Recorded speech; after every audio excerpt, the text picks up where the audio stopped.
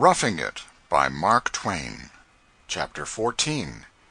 Mr. Street was very busy with his telegraphic matters, and considering that he had 800 or 900 miles of rugged, snowy, uninhabited mountains and waterless, treeless, melancholy deserts to traverse with his wire, it was natural and needful that he should be as busy as possible.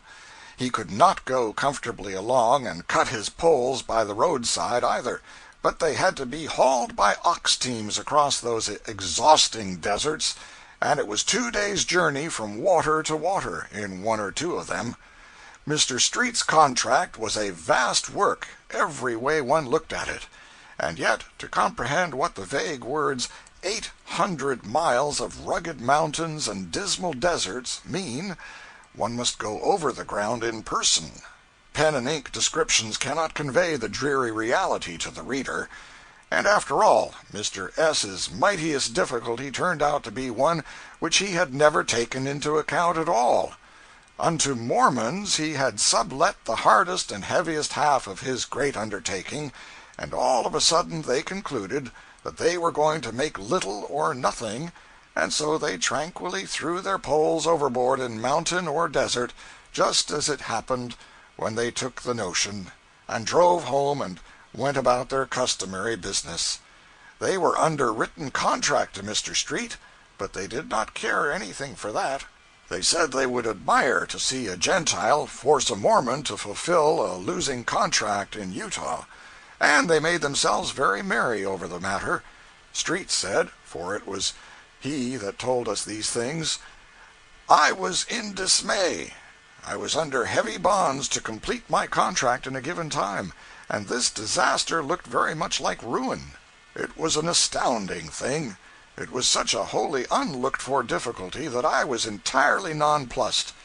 I am a business man, have always been a business man, do not know anything but business, and so you can imagine how like being struck by lightning it was to find myself in a country where written contracts were worthless, that main security, that sheet anchor and absolute necessity of business. My confidence left me. There was no use in making new contracts, that was plain. I talked with first one prominent citizen and then another. They all sympathized with me first rate, but they did not know how to help me. But at last a Gentile said, "Go to Brigham Young. These small fry cannot do you any good." I did not think much of the idea, for if the law could not help me, what could an individual do who had not even anything to do with either making the laws or executing them? He might be a very good patriarch of a church and preacher in its tabernacle, but something sterner than religion and moral suasion was needed to handle 100 refractory, half-civilized subcontractors. But what was a man to do? I thought if Mr. Young could not do anything else, he might probably be able to give me some advice and a valuable hint or two, and so I went straight to him and laid the whole case before him. He said very little, but he showed strong interest all the way through. He examined all the papers in detail, and whenever there seemed anything like a hitch, either in the papers or my statement, he would go back and take up the thread and follow it patiently out to an intelligent and satisfactory result. Then he made a list of the contractors' names. Finally he said, "Mr. Street, this is all perfectly plain. These contracts are strictly and legally drawn, and are duly signed and certified. These men manifestly entered into them with their eyes open. I see no fault or flaw anywhere."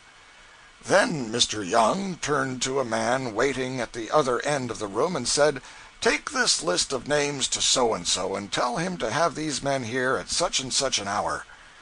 They were there to the minute. So was I. Mr. Young asked them a number of questions, and their answers made my statement good. Then he said to them, "You signed these contracts and assumed these obligations of your own free will and accord?" "Yes." "Then carry them out to the letter, if it makes paupers of you. Go." And they did go, too. They are strung across the deserts now, working like bees, and I never hear a word out of them. There is a batch of governors and judges and other officials here, shipped from Washington, and they maintain the semblance of a republican form of government, but the petrified truth is that Utah is an absolute monarchy and Brigham Young is king. Mr. Street was a fine man, and I believe his story. I knew him well during several years afterward in San Francisco. Our stay in Salt Lake City amounted to only 2 days, and therefore we had no time to make the customary inquisition into the workings of polygamy and get up the usual statistics and deductions preparatory to calling the attention of the nation at large once more to the matter. I had the will to do it. With the gushing self-sufficiency of youth, I was feverish to plunge in headlong and achieve a great reform here, until I saw the Mormon women. Then I was touched. My heart was wiser than my head. It warmed toward these poor, ungainly, and pathetically homely creatures, and as I turned to hide the generous moisture in my eyes, I said, "No, the man that marries one of them has done an act of Christian charity which entitles him to the kindly applause of mankind, not their harsh censure. And the man that marries 60 of them has done a deed of open-handed generosity so sublime that the nations should stand uncovered in his presence and worship in silence." For a brief sketch of Mormon history and the noted Mountain Meadow Massacre, see Appendices A and B. End of chapter 14.